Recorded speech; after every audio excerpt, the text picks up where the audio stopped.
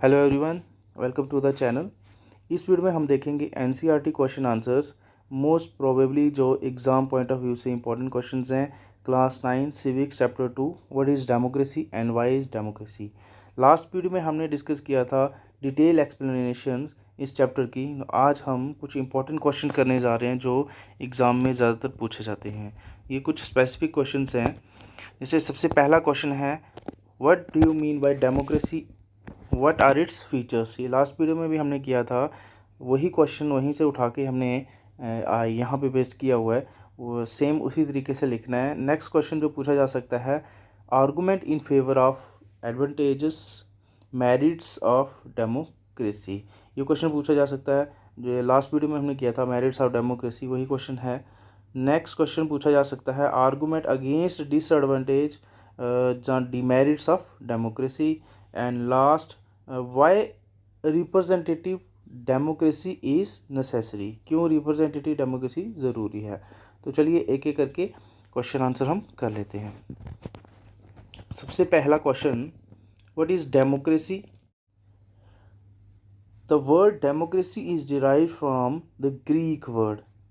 ये word democracy जो है ये ग्रीक वर्ड से लिया गया है, which means demos and Kratos. Demos का मतलब होता है पीपल, क्रेटोस का मतलब होता है power or rule.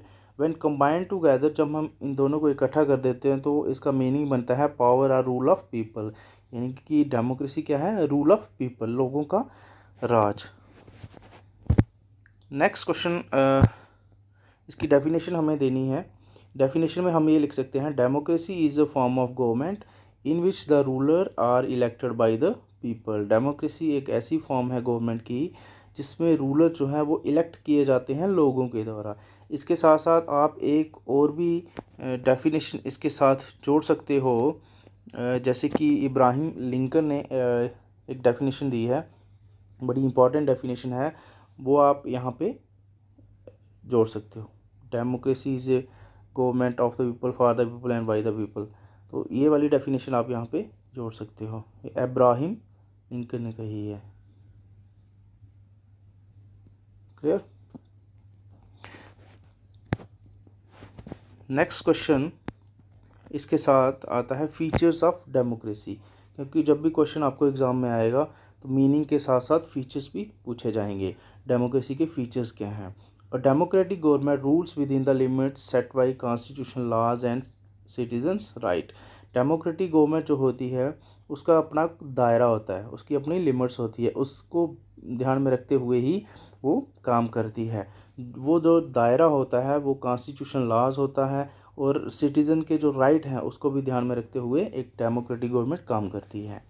The opposition parties are allowed to function freely before and after the election.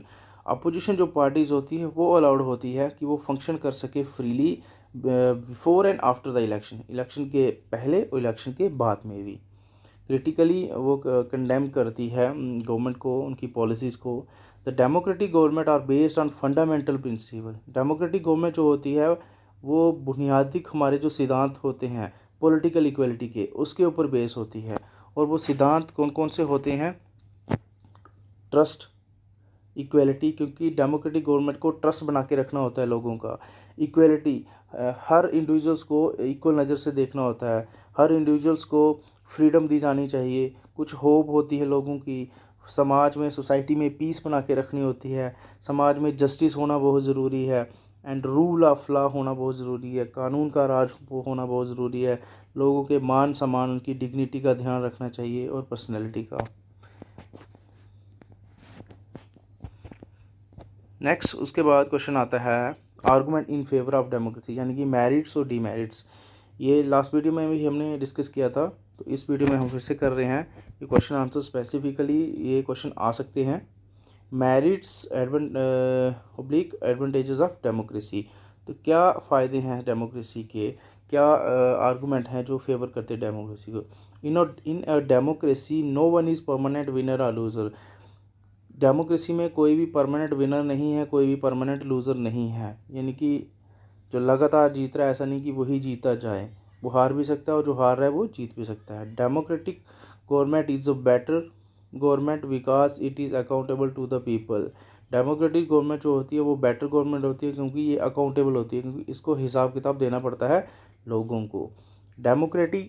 Democracy is better than other form of government. Democracy form of government जो है वो बेटर देन है दूसरी form of government से, because it allows us to correct its own mistake, क्योंकि ये हमें एक मौका देती है कि अगर हमने कोई गलती की है तो नेक्स्ट टाइम हम उसमें सुधार ला सकें, हम एक अच्छे बंदे को चुन सकें।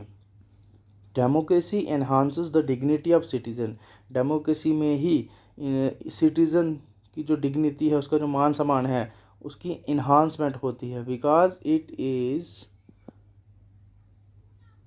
Based on the principle of political equality, क्योंकि ये पॉलिटिकल इक्वलिटी के ऊपर बेस होती है, जिसमें ट्रस्ट होता है, होप होती है, जस्टिस होता है, जो हमने थोड़ी देर पहले किया है। नेक्स्ट इसके बाद आता है डिमेरिट्स ऑफ डेमोक्रेसी। ये क्या होंगे? Leaders keep changing in a democracy, this leads to instability. Democracy में लीडर चेंज होते रहते हैं, हो सकता है एक बार आज कोई जीता है कल कोई जीत जाए, तो इससे इंस्टेबिलिटी रहती है, अस्थिरता रहती है। Democracy is all about political competition. कहते हैं कि डेमोक्रेसी जो है इसमें सिर्फ पॉलिटिकल कंपटीशन होता है, सिर्फ पावर प्ले होता है, पावर के लिए लोग लड़ते हैं, और इसमें कोई भी जगह नहीं होती है, कोई भी स्कोप नहीं होता है मोरालिटी का, यानी नैतिकता का इसमें कोई भी स्कोप नहीं होता है। एक दूसरे को गालियाँ भी ये लोग देते हैं, पॉलिटिशियन जो होते हैं। Elected leaders do not know the best interest of the people, it leads to bad decision. Elected लोग जो होते हैं, हो सकता है वो लोगों के जो इंटरेस्ट हैं, उनके हित हैं, उनकी जो इच्छाएं हैं, उसको अच्छे से ना समझें और कोई गलत डिसीजन ले लें। Democracy leads to corruption. Democracy से करप्शन भी हो सकती है, as it is based on the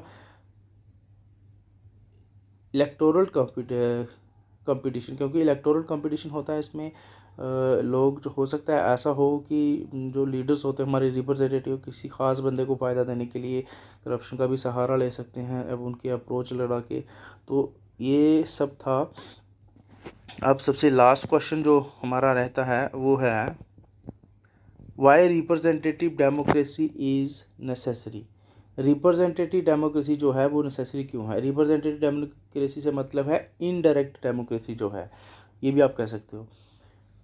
in the modern world most of the countries are following representative democracy. आज के टाइम में, मॉडर्न टाइम में जितनी भी कंट्री हैं मोस्टली वो रिप्रेजेंटेटिव डेमोक्रेसी को फॉलो कर रही हैं। Representative democracy is a type of democracy founded on the principle of elected members. Representative democracy क्या होती है?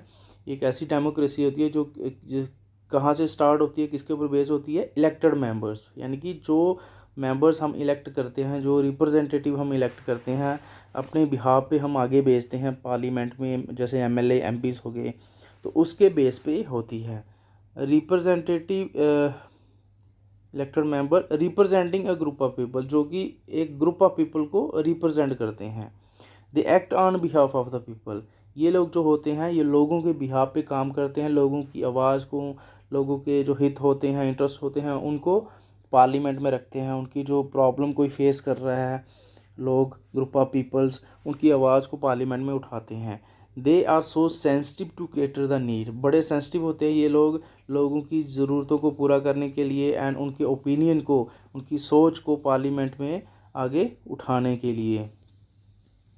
इन India we have representative democracy. India में भी रिप्रेजेंटेटिव डेमोक्रेसी है, यानी कि इनडायरेक्ट डेमोक्रेसी है, जिसमें every citizen has the necessary right to vote. जिसमें हर सिटीज़न को जो कि 18+ है, 18 साल का है, उसको अधिकार है वोट डालने का अपने रिप्रेजेंटेटिव को, ताकि वो उसकी नुमाइंदगी कर सके, उनकी आवाज़ को पार्लियामेंट में जाके उठा सकें।